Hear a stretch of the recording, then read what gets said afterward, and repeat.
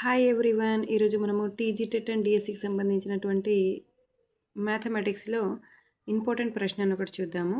దానికి సంబంధించిన 7వ తరగతిలో ఉన్నటువంటి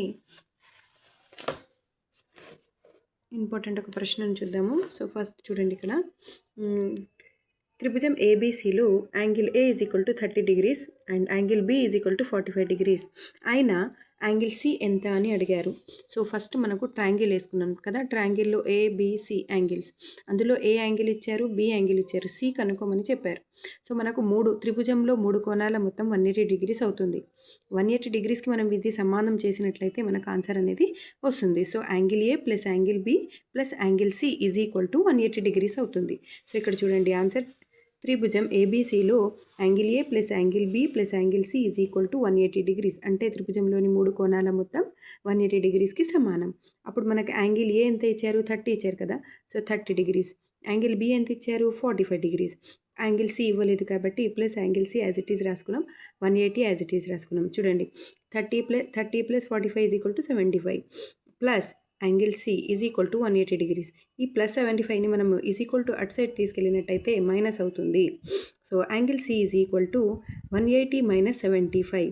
మరి మనకు angle C is equal to 185 నుండి 75 తీసినట్టయితే 105 ఈజ్ ద ఆన్సర్ అవుతుంది. మరొక ప్రశ్నని ఇంపార్టెంట్ చూద్దాం. మనకు కంపల్సరీ వచ్చే ప్రశ్న ఒకటి ఉంది ఇందులో. ఈ మెథడ్లో కంపల్సరీ వస్తుంది. ఒక త్రిభుజంలోని కోణాలు 2:3:4 నిష్పత్తిలో కలవు, అయినా ఆ కోణాలను కనుక్కొనండి. అయితే మనకి ఇక్కడ 2:3:4 నిష్పత్తిలో ఉన్నాయి, ఆ కోణాలను కనుక్కోండి అని అంటే మనకు ఇది కూడా త్రిభుజమే ఇచ్చారు కాబట్టి ఇక్కడ 3 కోణాల మొత్తం 180 degreesకి సమానం అవుతుంది.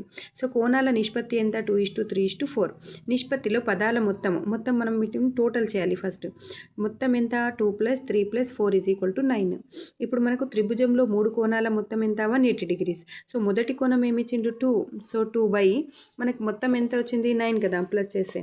సో మొదటి కోణము ఫస్ట్ ఇక్కడ ఇచ్చింది దీన్ని వేసుకోవాలి, 2/9 ఇంటూ 180 degrees ఇంటూ 180 degrees చేస్తే ఇంకో మీకు 9 1 క్యాన్సిల్ అవుతుంది, 9 2 18. సో ఇక్కడ చూడండి, 9 2 18. సో ఇక్కడ చూడండి ఎంత, 2 2 4 కాబట్టి 0 as it is 40. Answer is the 40 degrees.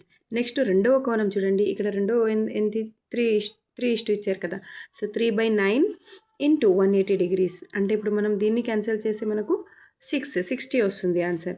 So మూడవ కోణం కూడా same as it is 4/9 into 180 degrees. So answer is the 9 1 9 2 18 cancel అవుతుంది, 2 మళ్ళీ ఇక్కడ 20 ఇంటూ 4 అంటే 4 2 8. So 80 answer. సో మనకు 3 కోణాలు ఏంటి, ఒకటి 40 degrees, ఒకటి 60 degrees, ఒకటి 80 degrees. సో త్రిభుజంలోని 3 కోణాల మొత్తం 40 degrees, 60 degrees and 80 degrees. Thank you. Like and subscribe.